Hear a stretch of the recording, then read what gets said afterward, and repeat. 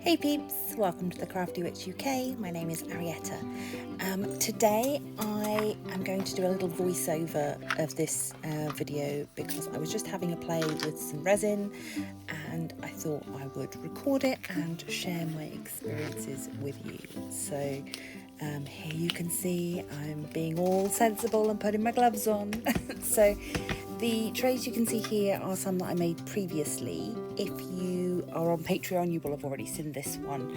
And if you are in Pencil Surprises group, you will have already seen that one because it was inspired by her. She has been making raindrop themed items, and I thought that there was a way to take the raindrop concept and make it look like a galaxy. And I sort of succeeded, but I didn't have the right materials. I was using watercolor paints and eyeshadow and whatever glitter I had, so I thought I would have another go. So this is the basic technique of using a UV resin in the silicone mold to make these blobs that will expand out and they will kind of form your planets.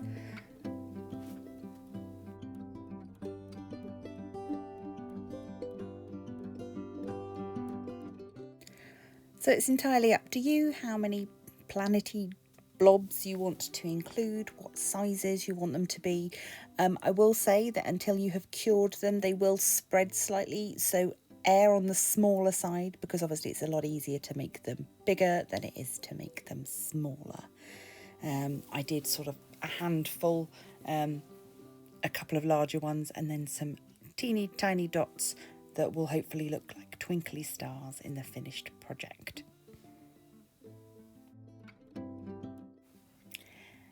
And once that's done, that goes off to cure under my UV lamp. It's the sort that's used for gel nails. This is another new mould that I've got. It is a paint palette, and I was just wanting to have a bit of a play with it, so I'm going to use a similar technique again by making these UV blobs wherever there would be a dip in the palette for your paint to go.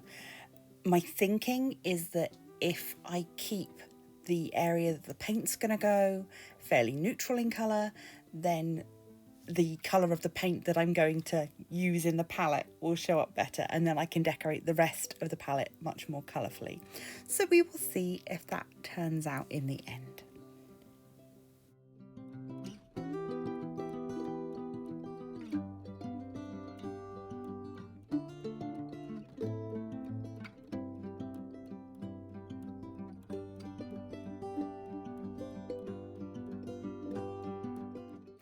And again, much like before, once I've applied all the UV resin and I'm happy with it, that then goes into the UV lamp.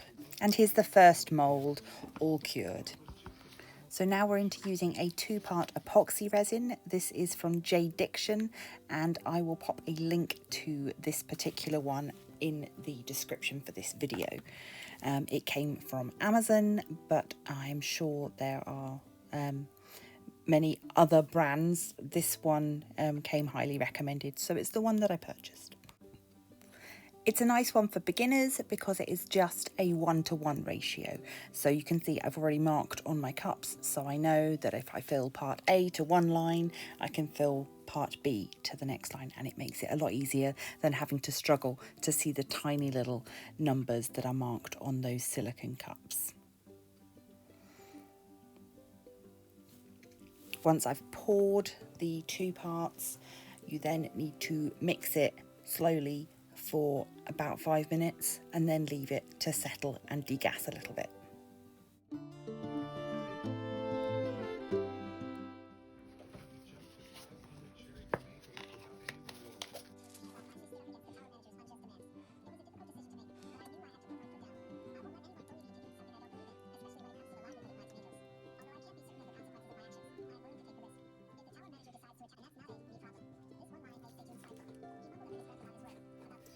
So my resin is all mixed and it's got about a 45-minute working time. So now it's time for some colour.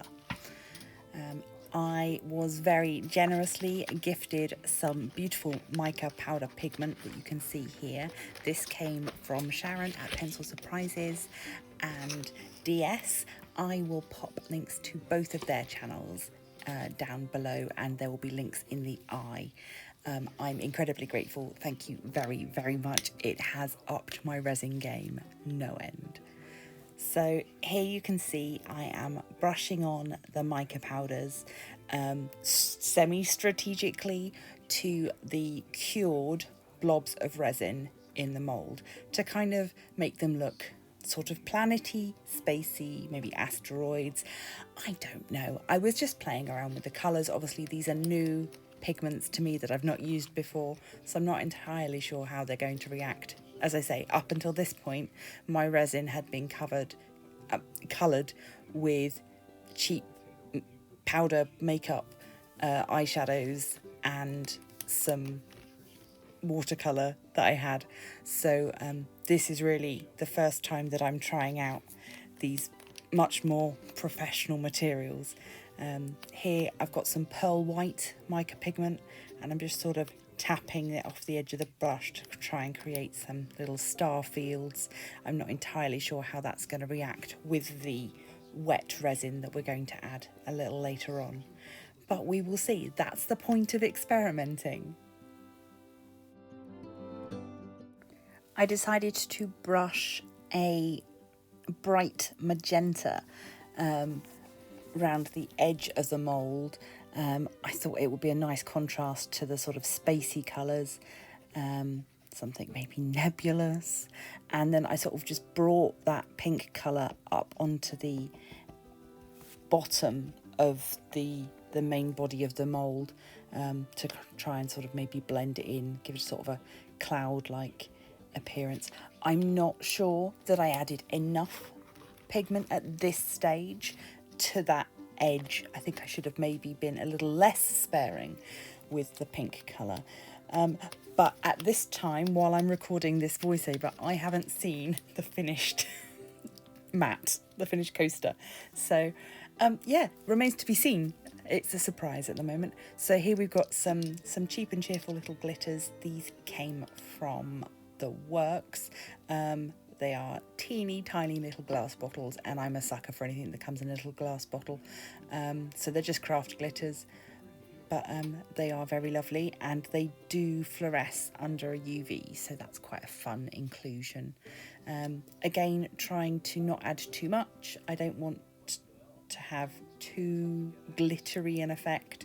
I do want it to look spacey and not too glittery.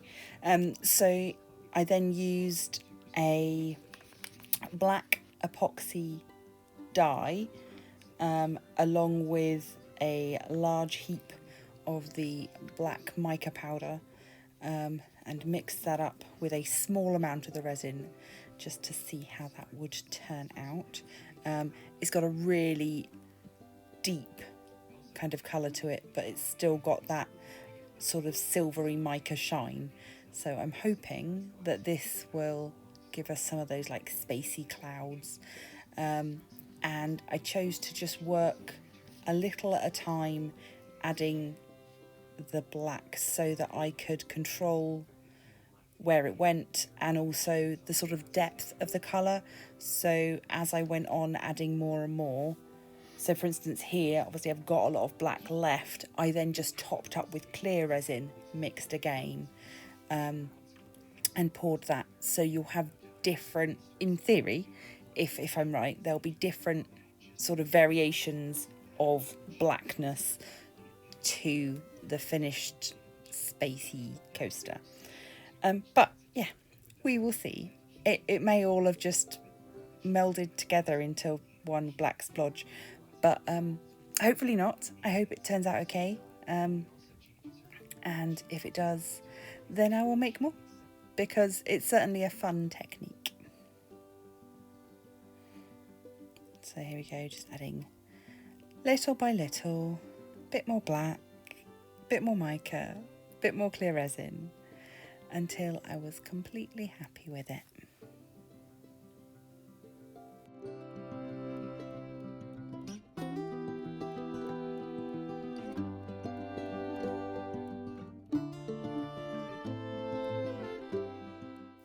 Once the mould was filled, I then went in with some metallic silver alcohol ink and some rainbow glitter alcohol ink, just to try and add, again, a little bit more interest. Not sure how this will turn out. Again, just experimenting, using what I had to hand. I particularly love these alcohol inks. The rainbow glitter is beautiful. So putting that one aside to cure, I'm back onto my palette, which has its cured blobs on top of each of the paint divots, and I'm now giving it some mica treatment in the form of a rainbow. So starting with purple because it's my favourite, and then adding the colours of the rainbow just fairly haphazardly all along, and yeah, hopefully this will produce, if not exactly the expected result, then it will produce a pretty result once it is all cured up. Yeah, I'm certainly interested to see how this one turns out. This orange is so bright and citrusy, it's really lovely. And finishing off with the red.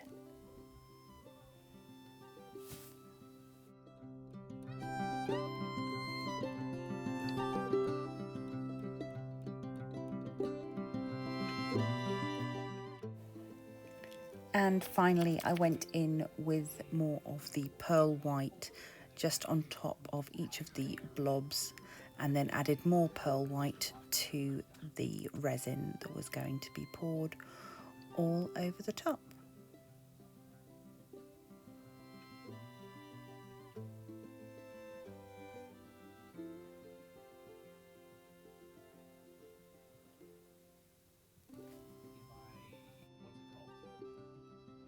And then again, it was ready to be set aside for curing, like a little mystery box waiting to be opened.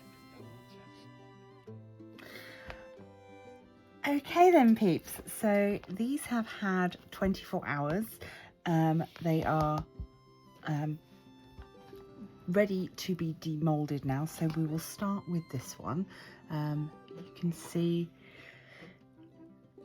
there is a lot of variation there with that silver grey mica in the black, so it'd be interesting to see how that shows up on the front of the coaster. So if I can just, these ones do tend to demold quite easily. There's no sort of tiny details that we need to worry about. So let's have a look. Oh, I am pleased with that.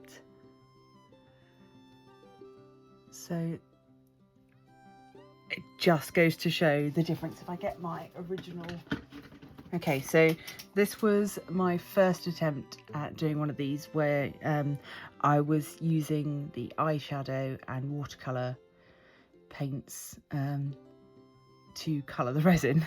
And now this is the difference when using proper mica powders. That shine is just, oh, it's so pretty. Yeah, I am pleased with that. Yeah, I think I got the effect that I was looking for. I probably could have done a couple of extra planets, maybe even a little bit more of the glitter, but I think it's lovely, and I'm really pleased with how that edging colour turned out as well. So that's the first one, and I'm very pleased with it. So this was my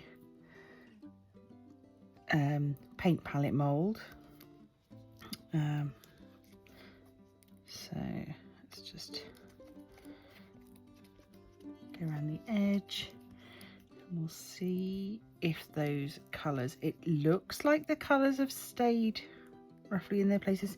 There is, I've got a few bubbles here that have collected that I obviously didn't get to in time, but that's okay. That is on the bottom. Nobody's going to see that apart from me. Oh, there we go. Okay, so I probably could have been a bit more sparing here with the mica. I think I went a little bit over the top. But yeah, I've got my little handy hole there for holding the palette. These bits are indented for you to add paint to. I'm pleased with it. I like how it came out, and I definitely think I'm going to use this mold again and try different ways of decorating. I think I always want to see if I can get a smaller one of these molds and look at maybe making some jewelry. I think it'd make quite a nice, if this was smaller, I'd make pendants out of them. But yeah, I'm pleased with that.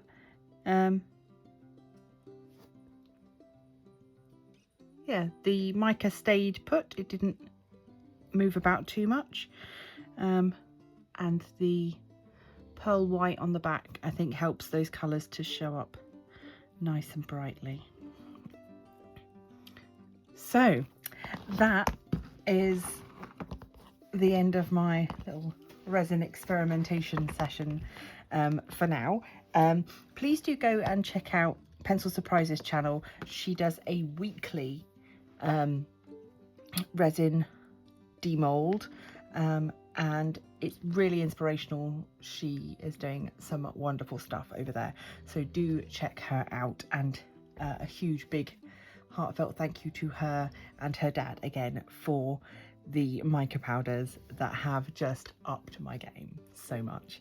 Yeah, I'm very excited to be able to play with them now. So please go check out her channel.